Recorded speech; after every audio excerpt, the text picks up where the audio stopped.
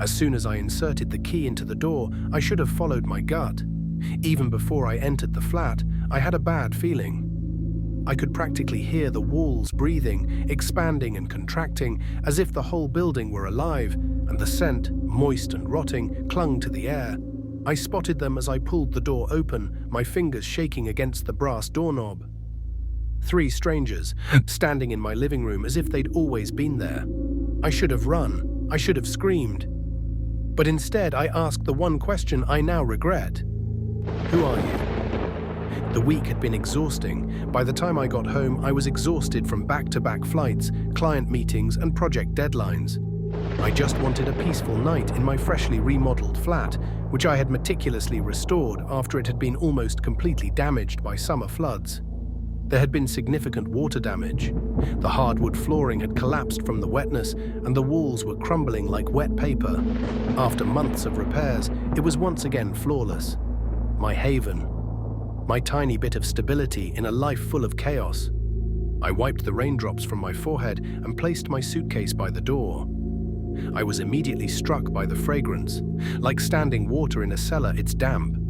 Even though the repairs were recent, it made sense. The building had a history of leaks, and the rain had been unrelenting. I flipped on the light switch and froze. 3 individuals were standing in the center of my living room. A woman in her 40s, her eyes cold and piercing, her dark hair pulled up in a harsh bun. A man in his late 40s stood next to her. He was broad-shouldered, silent, and had a blank mask over his face.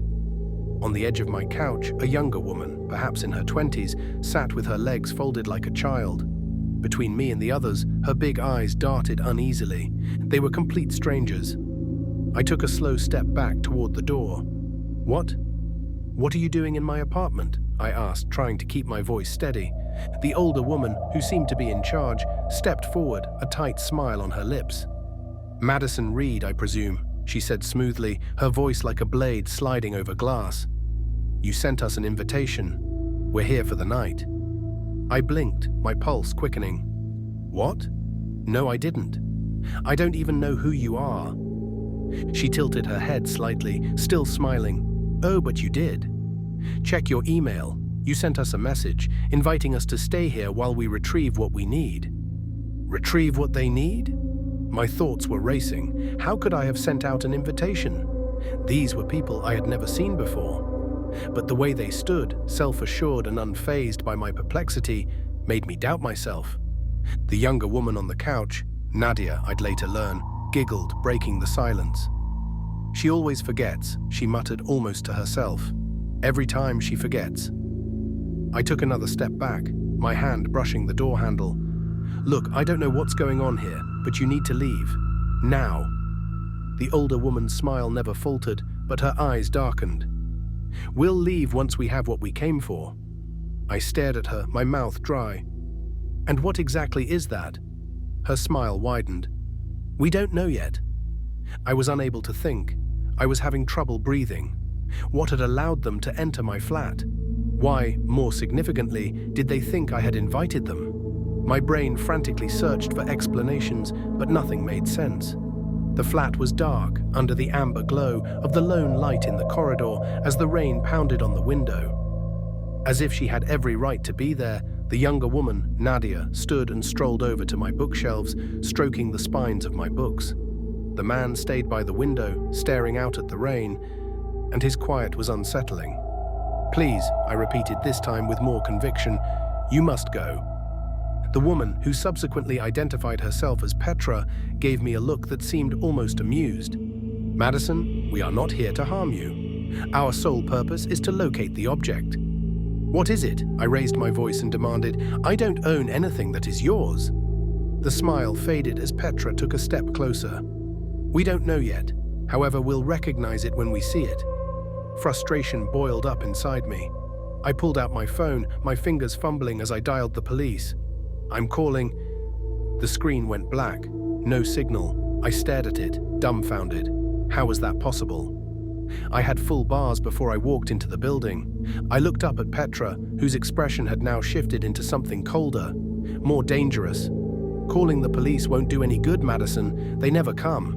Not here. I felt cold after hearing her comments. The building had always been a little unsettling. Neighbors had reported strange noises and bizarre happenings, but I had always assumed it was due to the structure's age, water damage, and the way old buildings groan at night. I couldn't get rid of the impression that something much worse was going on, though, now that I was standing here with these strangers. "What do you mean, they never come?" I asked, my voice barely a whisper. Petra's smile returned, but this time it didn't reach her eyes. This place, it has a way of hiding things, of keeping things quiet. It was a restless night for me. I closed myself in my bedroom and listened to every groan and murmur that passed through the walls. As promised, the foreigners remained and roamed the flat as if it were their own. I must have fallen asleep at some point, because the sunlight was shining through the curtains when I woke up. I believed I had imagined the whole event for a second, blissfully. But when I opened the bedroom door, they were still there. Nadia was sitting at the kitchen table, eating cereal from one of my bowls, her fingers tapping a rhythm against the wood. Petra was leafing through one of my architectural design books, and Marcus stood by the window silent as ever. My heart sank. "Good morning," Petra said, not even looking up from the book. "Sleep well." "I told you to leave," I snapped, my frustration boiling over. "Why are you still here?" Petra closed the book and stood, her expression neutral. "We told you. We're not leaving until we find it." I had had enough. I grabbed my jacket and stormed out the door, determined to find help, to get away from this nightmare. However, the environment briefly appeared to blur as I arrived at the street corner, akin to a movie that skips a frame. I shook my head and blinked to get rid of the lightheadedness. I was standing in front of my apartment building when I looked up once more. No matter how far I walked, I always ended up back here, back at the threshold. The loop continued. Day after day, I would wake to the same scene. The strangers in my apartment, the rain outside, the growing sense of dread gnawing at my sanity. I tried everything, calling the police, running, even hiding in the basement. But no matter what I did, the day always reset. Each time the strangers grew more agitated, their polite facade slipping. Nadia stopped giggling and began muttering to herself, pacing the apartment like a trapped animal. Marcus, who had once been silent, began to speak in cryptic riddles, as if he knew something I didn't. And Petra. Petra became more menacing with every loop. I was running out of time, and then, on the 10th loop, I found the email. It was buried deep in my outbox, sent days before I returned from my trip. An invitation. To Petra, to Marcus, to Nadia.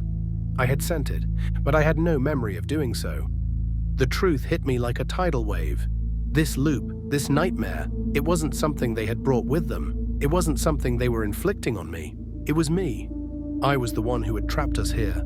The details were fuzzy, but the pieces were starting to come together.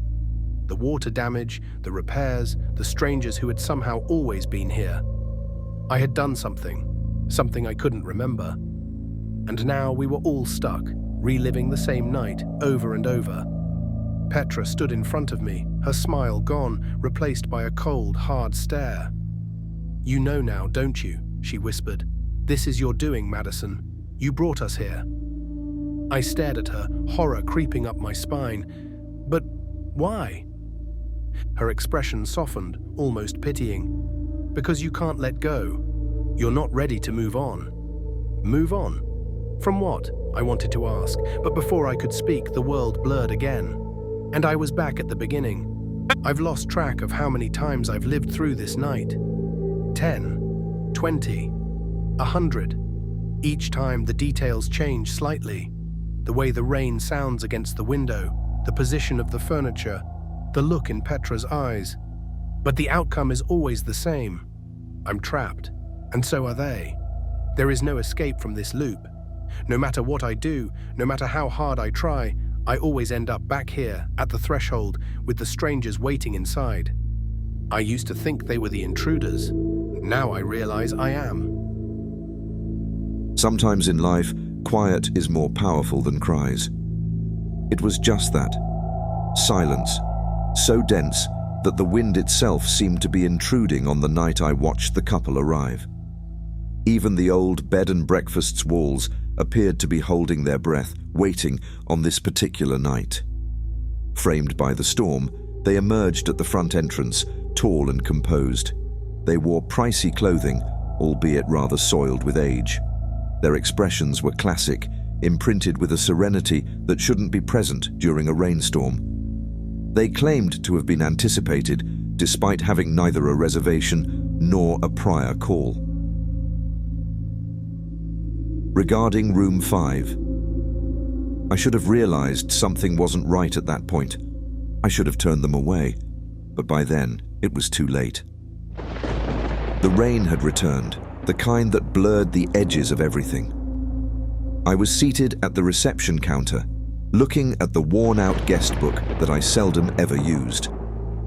These days, the inn was nearly always deserted.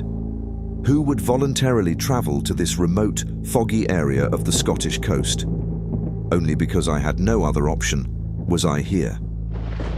Gran bequeathed the old B&B to me after she passed away. Although I didn't want it, I was also unable to sell it because no one was interested in a dilapidated artifact like this.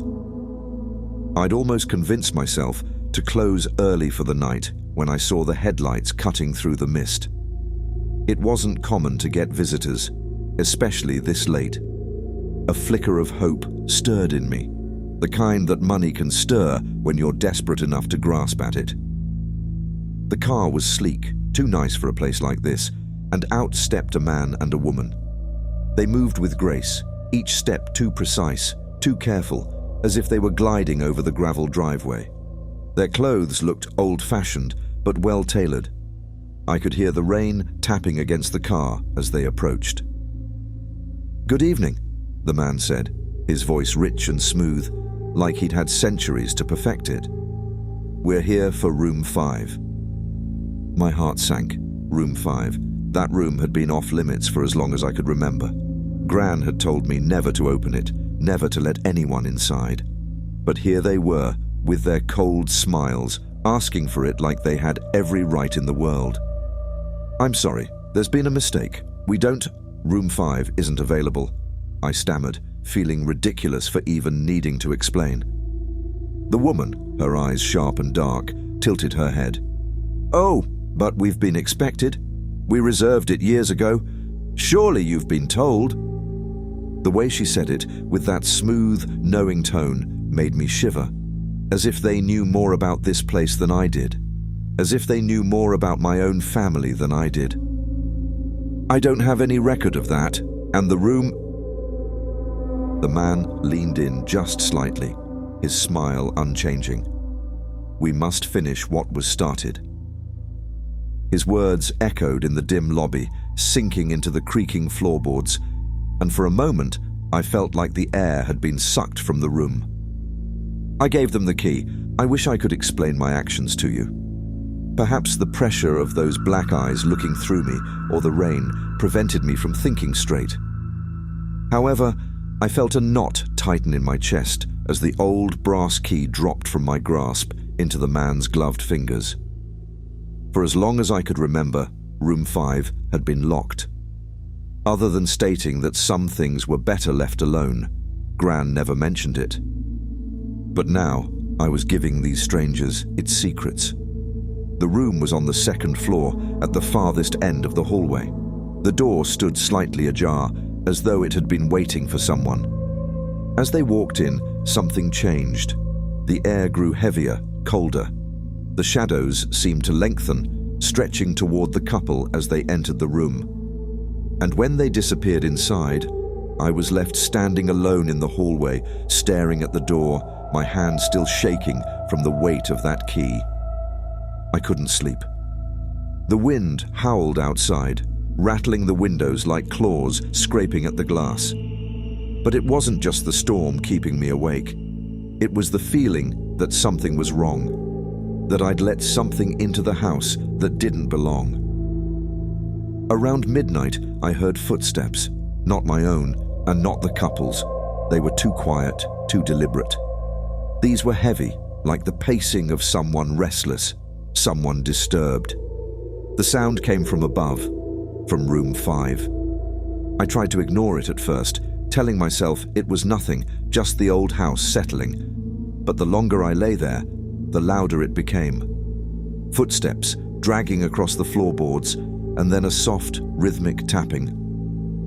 I got up, grabbing the flashlight from my bedside table, and made my way down the dark corridor. The house seemed to breathe around me, the walls creaking as if whispering secrets. When I reached room 5, the door was ajar again, just like before. Inside, the couple stood by the window, staring out into the storm. They didn't acknowledge me, didn't turn when I called their names. It was as if they were frozen in place, waiting. And then I saw it.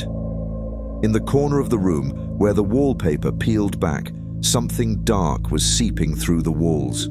It wasn't water, wasn't mold.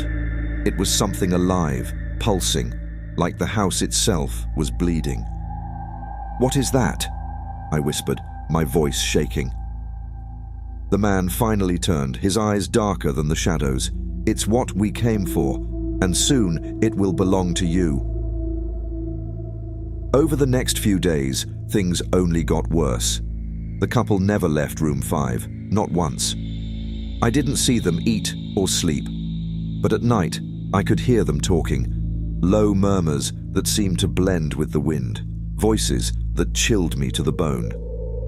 I started asking around the village, hoping someone could shed light on who they were, but the locals had no answers. Worse, they seemed to know something they weren't telling me. Every time I mentioned the couple, the conversation would shift, eyes would dart away, and the atmosphere would become tense. Then I found Gran's journal. Hidden behind a loose brick in the cellar, the journal was filled with cryptic entries, pages upon pages of warnings about room 5. She wrote about a pact, about debts that couldn't be paid, about the shadows that lived in the walls. "They will come for it," she had written on one of the last pages, her handwriting jagged and frantic. "And when they do, they will come for him." The final night was the worst. I was woken by a loud crash. The sound came from upstairs, from room 5. My heart pounded in my chest as I grabbed the flashlight and raced down the hall. The door was wide open now, the room empty, but the walls, they were alive. Dark tendrils of something unearthly crawled across the room, pulsating, writhing. And then, in the middle of it all, stood the couple, their faces twisted into something inhuman, their voices overlapping in a maddening chorus. "We're almost done, Anthony," they said in unison, their mouths barely moving. "You've been so helpful." I stumbled back, my mind racing. This wasn't real. It couldn't be. But the horror of it all was undeniable. The village, the guests, the room, it had all been a lie, a trap, carefully orchestrated. "Why?" I shouted, my voice echoing through the decaying walls. "Why me?" And then it hit me, the truth, sharp and cold. Everyone I knew, every villager, every face I trusted, had been part of this. They had been watching, waiting, pushing me toward this moment. I was the final piece, the one they needed to finish whatever had been started so many years ago. The tendrils reached for me, wrapping around my legs, pulling me closer to the dark heart of the room. I screamed, but no one came. This was always how it was meant to end. There are shadows that lurk just beyond the edge of reason, whispering secrets to the wind. The walls of my cabin, lined with the staring eyes of taxidermy, seemed to lean in closer, as if eager to hear the truth of my thoughts. I've always known that some stories should never be unearthed, buried like the bodies of the forgotten. Yet on that night, with the forest howling and the moon swallowed by ominous clouds, I would learn that some truths are worse than the silence we keep. The echo of a distant knock pierced the quiet of my sanctuary, its reverberation unsettling the peace I had painstakingly cultivated. I paused, my hand hovering above the bubbling pot of stew, the aromatic steam curling into the dim light of the cabin. My heart raced, Not out of fear, but from the sudden intrusion into my solitude. Who could it be? I muttered to myself, wiping my hands on a ragged dish towel. Visitors were a rare occurrence in this remote stretch of the Appalachian Mountains. If someone had ventured this deep, it was either an emergency or an unwelcome surprise. I approached the door, the floor creaking beneath my feet, each step echoing the trepidation building in my chest. Another knock, more insistent this time, sent a shiver up my spine. With a deep breath, I pulled the door open, and my breath caught in my throat. 3 figures stood before me, clad in formal attire that seemed out of place against the backdrop of my rustic abode. Their faces wore smiles that teetered on the edge of unsettling. "Good evening," the man in the middle greeted, his voice smooth, like silk pulled tight over a knife. "We've come for dinner. You invited us, remember?" The words hung in the air, heavy and impossible to grasp. "I'm sorry, but I think you've made a mistake," I replied, forcing a smile. "I don't have any guests planned."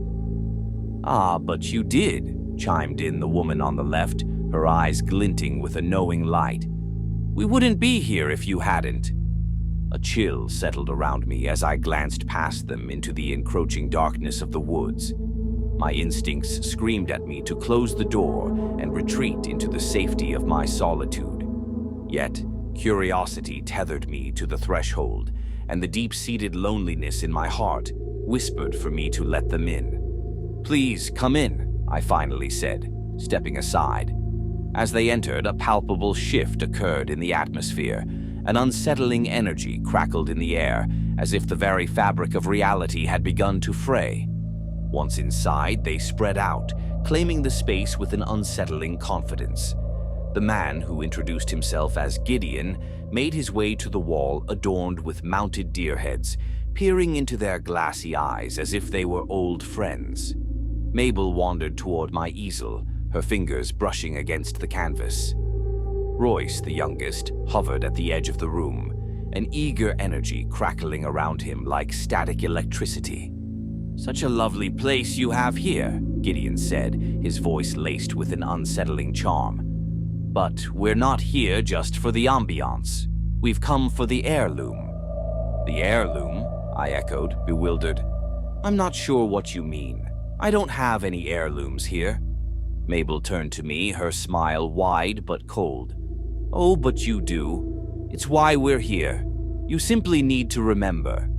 As they settled in, the conversation flowed, but something about their words felt layered, their polite inquiries laden with hidden meanings. I tried to ignore the unease creeping into my bones, forcing myself to believe it was merely the product of my isolation. But as the evening progressed, the atmosphere thickened. Doors began to slam shut on their own, the sound echoing through the cabin like a violent gust of wind. The air grew heavy, suffocating, and I felt an inexplicable urge to flee. Yet the strangers remained, their smiles unyielding, their eyes burning with an intensity that felt almost predatory. "Where is the heirloom?" Gideon's voice cut through the mounting chaos. "It's imperative that you show us." "I don't know what you're talking about," I snapped, the edge of panic rising in my throat. "Please, just leave." In that moment, the lights flickered, plunging the cabin into darkness. My heart raced as I fumbled for the nearest source of illumination.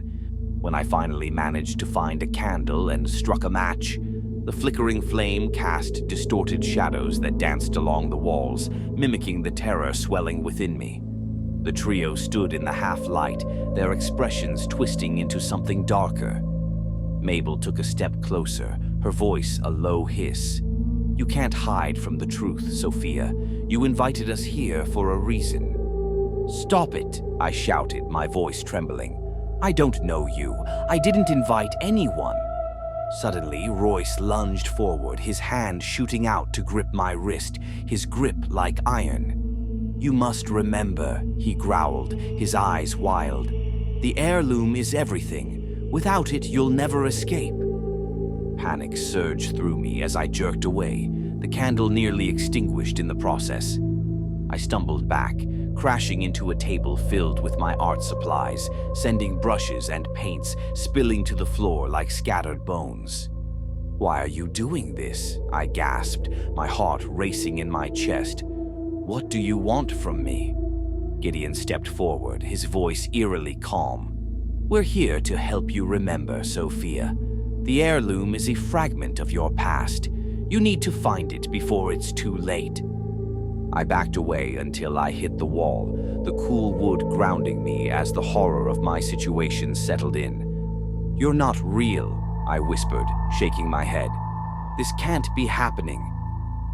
A chorus of laughter erupted from them, echoing like a taunt in the confined space. "Oh, but we are," Mabel said, tilting her head as if considering my fragile state. "You're the one trapped in a reality of your own making. We're just here to guide you through it." In that moment, the air grew colder, the shadows deepening around me. I felt the walls of the cabin closing in, a claustrophobic grip that squeezed the breath from my lungs. The realization struck me like a punch. I was ensnared in a web of deceit, my own mind turning against me. Suddenly, the cabin shook and the lights flickered back to life, revealing an expanse of chaos. The windows were gone, replaced by a swirling abyss that pulsed with an unnatural energy. "What is happening?" I screamed, the reality around me twisting into something unrecognizable. "This is just the beginning," Gideon replied, his tone triumphant. "The world outside is gone, Sophia. You're in a simulation designed to keep you from realizing the truth." "No," I screamed, the weight of despair crashing down on me. "This can't be real." The shadows inched closer, the darkness breathing around me as I felt my sanity fraying at the edges. I could sense the truth lingering just out of reach, a memory buried beneath layers of fear and confusion. In a moment of clarity, I remembered my grandmother's old locket, a piece of family history passed down through generations. It was supposed to protect me, she had said. The thought ignited a spark of defiance within me. "Fine," I shouted, forcing my voice to steady. "If you want the heirloom, then you'll have to find it." Mabel's expression shifted, curiosity peaked. "What do you mean?" "I'll show you the locket," I said, desperation fueling my resolve. "But you need to let me go."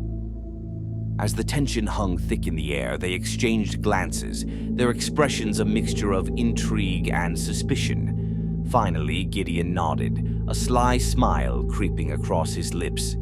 "Very well, but be warned, we won't be fooled easily." I turned away from them, my heart racing as I rushed to the bedroom where I had hidden the locket. It lay nestled in a box of forgotten memories, a treasure buried beneath the weight of my past. I grabbed it, feeling the cool metal against my palm, a piece of my history that had once brought me comfort. Returning to the main room, I held it out for them to see. "Here, this is what you want." But as I held it aloft, the air thickened with a sinister presence. The strangers' faces twisted with malice, their true natures revealing themselves in the flickering candlelight. "You think that trinket can save you?" Royce hissed, his voice a guttural growl. "You've only just begun to understand your fate." I realized too late that they were never after the locket. It was merely a means to lure me deeper into their trap. Panic surged through me, and I spun to run, but the shadows coiled around me, pulling me back as if the cabin itself was alive, hungry for my despair. "Let me go," I screamed, fighting against the suffocating darkness. I could hear their laughter, a cacophony of malevolence that reverberated in my mind. But the more I struggled, the tighter the grip of the shadows became. They whispered secrets I couldn't comprehend, mocking me with the knowledge of my own insignificance. "Remember, Sophia," Gideon said, his voice echoing in the depths of my mind. "This is your reality now. There's no escape." The world faded to black, the darkness swallowing me whole. My screams dissolved into silence as I fell deeper into the abyss of the simulation, where every fear and doubt I had ever harbored materialized into a living nightmare. I was trapped, a pawn in a game I never chose to play, lost within the confines of my own creation. And then I understood. This wasn't just a battle for survival. It was a reckoning with the parts of myself I had tried so hard to bury. The intruders were not just strangers. They were echoes of my past, manifestations of the memories I had locked away. As the darkness closed in, I felt a flicker of hope. The heirloom wasn't just a physical object. It was a part of me, a key to understanding who I was beneath the layers of fear and isolation. "I refuse to be your prisoner," I whispered, summoning every ounce of strength within me. The shadows paused, their grip loosening as my defiance resonated through the void. "Show me," I demanded, my voice strong and unwavering. "Show me the truth." Suddenly, a blinding light pierced the darkness, illuminating the depths of my mind. I saw flashes of my past, my grandmother's warm embrace, the laughter of childhood friends, the moments that had shaped me. The locket pulsed in my hand, resonating with the energy of my memories. The shadows shrieked, their forms dissolving under the brilliance of the light. "No, you can't escape." But I pressed forward, my heart pounding with resolve. I embraced the truth of my existence, the good and the bad, and with it came a sense of freedom I had long thought lost. In that moment, I felt myself breaking free from the simulation, tearing down the walls that had confined me. The darkness dissipated, replaced by a brilliant light that enveloped me, pushing away the malevolent presence of the intruders. But as I emerged into the light, I realized the horrifying truth. I was still in the cabin, still trapped with the strangers who had manipulated my reality. The light faded, leaving me alone with my thoughts, the intruders lingering just beyond my reach. "Welcome back, Sophia," Gideon whispered, his voice a haunting melody. "You've returned to your prison, but now you know. The heirloom is yours to guard, and we will always be here, watching." As I sat alone in the cabin, the silence was deafening. The shadows returned to their corners, but now they held a different weight. I had faced the darkness and come back, but the price had been steep. The intruders lingered in the depths of my mind, an eternal reminder of the truth I could never escape. The world outside was gone. I was left alone with the memories, a prisoner of my own making, forever haunted by the gathering at Hollow Street. Thank you for joining us on this chilling journey. Your courage to face the darkness is truly appreciated. If you enjoyed this tale, don't forget to like, subscribe, and share your thoughts in the comments. Until next time, keep your lights on and your doors locked. The shadows are always watching.